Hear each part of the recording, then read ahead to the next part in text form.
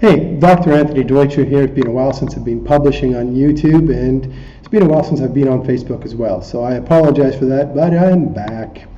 So I just want to talk today about the ways that stress is killing you and destroying your health. Now, most people know and they've heard that stress kills, right? What they don't really know is how it does it.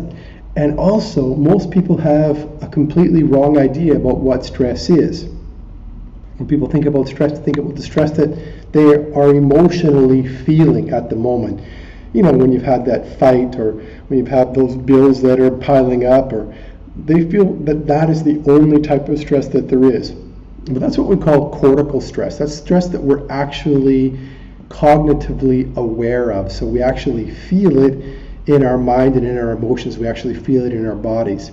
But there are levels of stress that we cannot feel. They don't make it up into the sensory part of our cortex, so we're having it, and it's affecting how our body works, but we don't feel it. But we end up feeling the negative effects when we go to the doctor and get our tests done. Or when we realize, no matter how much I seem to diet, I can't seem to lose fat and gain muscle. No matter how many blood pressure medications I take, I can't seem to keep my blood pressure under control. So we're looking at things, and here's the list of things that stress can actually do to your physiology. Cortisol is elevated. Now, cortisol is part of a stress hormone, and it's actually an essential hormone, but if you're under stress, even stress that you don't feel, cortisol can be elevated constantly. It increases catecholamines, which are the stress hormones that we need when we're in a situation like we're being attacked by a bear or a lion, or we have to lift that car off of somebody that's being run over. We're going to see increases in heart rate. We're going to see increases of vasoconstriction, or your blood vessels get constricted and they get tight. We're going to see blood pressure increased. We're going to see blood sugar going up. We're going to see blood lipids going up. We're going to see elevations in cholesterol. You've heard of the good cholesterol and the bad cholesterol. Well, so what tends to happen is we see increases in the low density cholesterol, which they consider bad, and they see decreases in the high density lipoproteins, or the good cholesterol. We also see an increase in the clotting factor, so the things that actually stop you from bleeding. So if you pay attention to all this, we're putting together a pretty good recipe for what? Right. Heart attacks and strokes, so cardiovascular disease right there.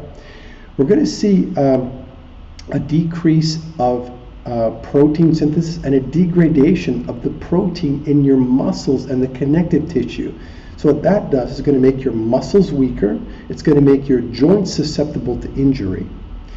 We're going to see an increase in insulin resistance, and that means when you have food, your cells can't get access to the energy because something is blocking that transport chemical called insulin that would allow that energy to get into your cells. Normally, glucose are a form of sugar that your muscle cells and your brain cells need for function.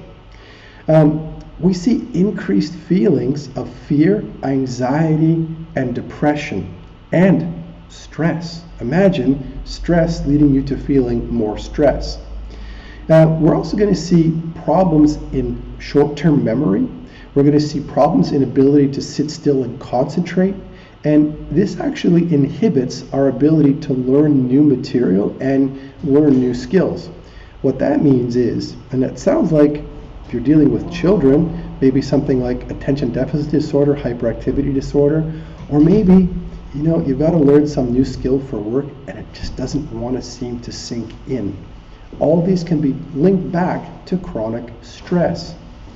So we're also going to see a decrease in serotonin levels in your body, which can lead to things like depression, which can lead to things like digestive disorders. We're going to see increased adrenaline, and increased adrenaline is awesome if you're being attacked by a bear, you need to lift that car. And you also start to see increased sensitivity in their sensory system. So you can see people get really sensitive to light, you get people who are really sensitive to hot or cold. And this is something that's really scary. It can make people incredibly sensitive to pain. So something like a light touch on the skin could actually generate a pain sensation. So we get pain amplification syndrome. We also see a decrease in immune system function, so we're more prone to infections, we're more prone to things like developing cancer, autoimmune disorders, all these different types of things. And we see decreases in the anabolic hormones. So you can see there's a huge list of conditions that come from being under chronic stress. Now, why am I talking about this? Simply this. There is a unique way in which chiropractic adjustments help to stop the pattern of chronic stress. Nothing else does the same thing in the same way as a chiropractic adjustment. If you want to learn more, best way to do is contact us. You can call 01-550-9544. And you can ask us when we're going to be having our next in-house workshop talking exactly about the stress response and how chiropractic can help you overcome it. Dr. Anthony Deutsch here. Talk to you soon. Thanks.